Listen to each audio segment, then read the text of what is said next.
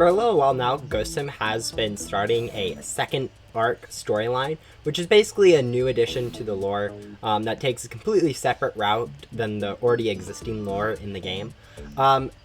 This lore has came in little batches, like the blacklight use of remnant gum, but most of it has to do with new NPCs added to the second arc story line rebirth perk.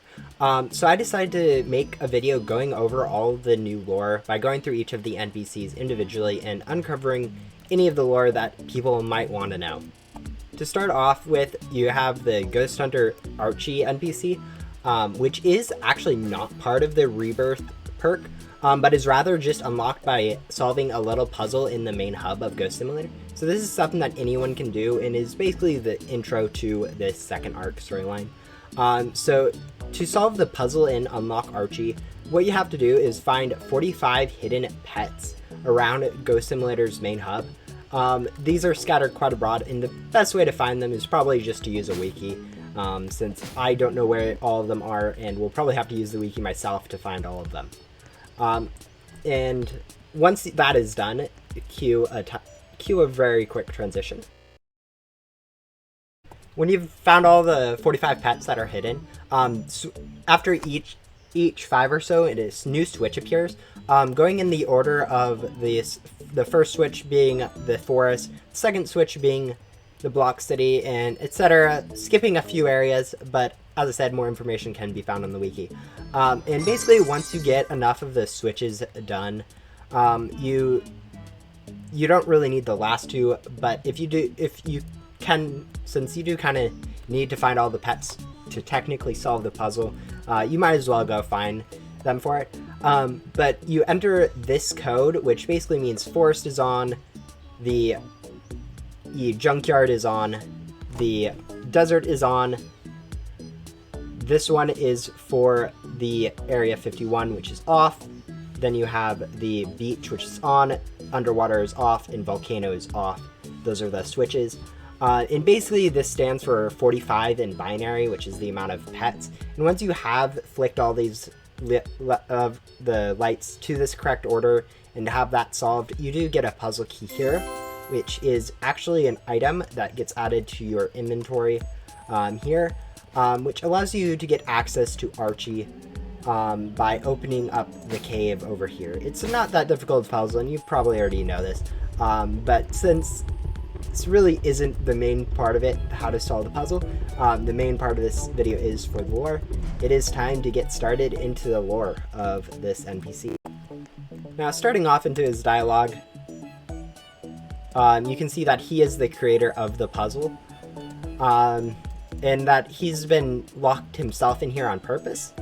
And he isn't really a very tidy character. He's kind of keeps to himself and wants to stay alone, so that's kind of interesting.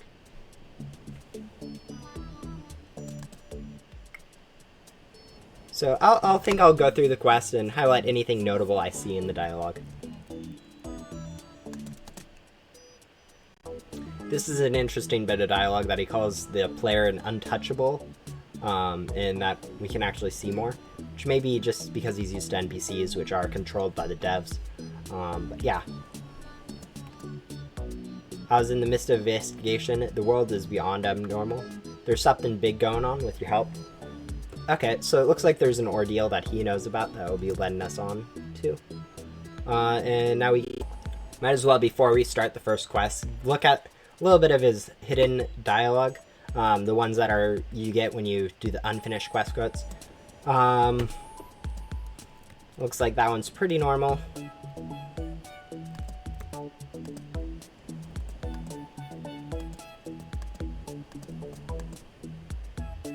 Alright, looks like there's nothing really lore-wise hidden in his dialogue that I can find, at least in the hidden part. So it's time to just start working through his quest lines to figure out all of the lore that's hidden in them. Here, I think is probably the most notable. This is after the second quest. The first quest just had set up for the quest itself. by rebirthing, he knows that you have rebirthed. It's all coming together. So it looks like there's something's coming into the game because of the players rebirthing in the game. And he has a plan for quests. So not too much other than the rebirthing is contributing to the lore of this second arc.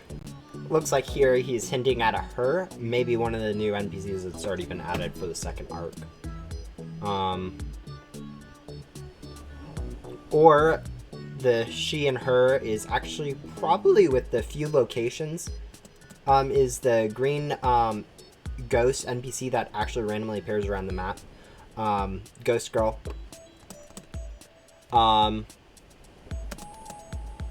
And so that's interesting that you need a rebirth to see it, and that's actually significant to the lore.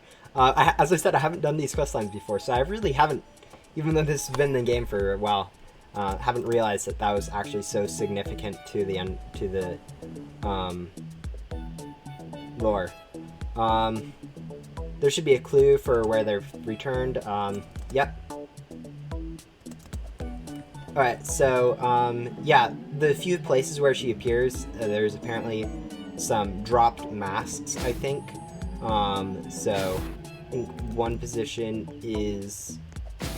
it's by a tree somewhere, but there's a lot of trees in the forest. But yeah, let's go find those really quick and move on to more of the dialogue.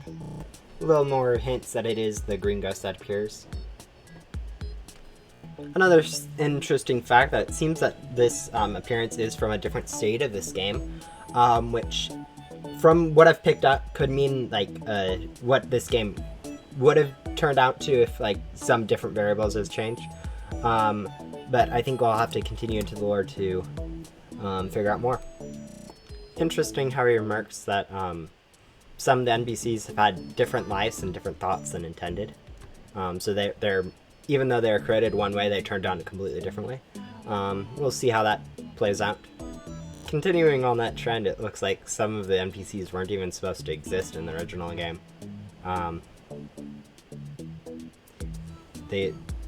assuming they here refers to the developers trying to fix, as the original lore goes, fix the different bugs that were appearing in the NPC's consciousness, but it...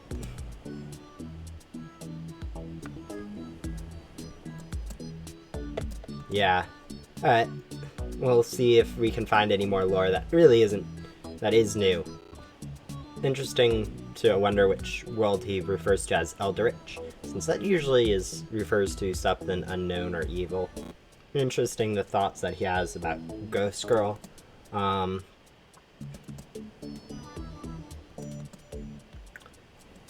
let's go move on to some more tasks. It's also worth noting that in the task before this, he does confirm the developers controlling, and that's who they refer to as them. But I felt like not including that in the video since it might make it a little too long.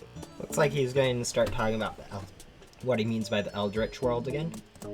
Ever since it was opened up, it only brought forth a great disturbance, and I know you've been there.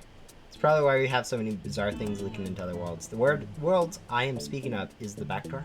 Okay, that's nice to know. Since there is so many other worlds in Ghost Simulator, it's hard to know which one they are referring to, and they're being that vague. It has a similar layout to Main Hub that's pretty much known. Even has a city exactly like Block City, except in twisted shambles. There has to be a correlation between Ghost Girl's existence and the backdoor having been opened. I have a plan. I'll need a... here's a task for you to occupy, run off and defeat some bosses. So yeah, it looks like the main... even though rebirths do contribute, having the back door opened is also a big part of the new second arc. Here we're just having some more confirmation that backdoor was the original testing place for Ghost Simulator. And here we are moving on to the last quest. Another confirmation that the prototype world of the backdoor was never really meant to be played by the player.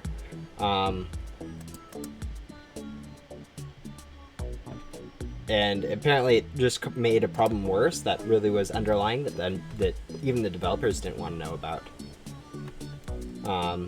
In that it really didn't go the developers' way.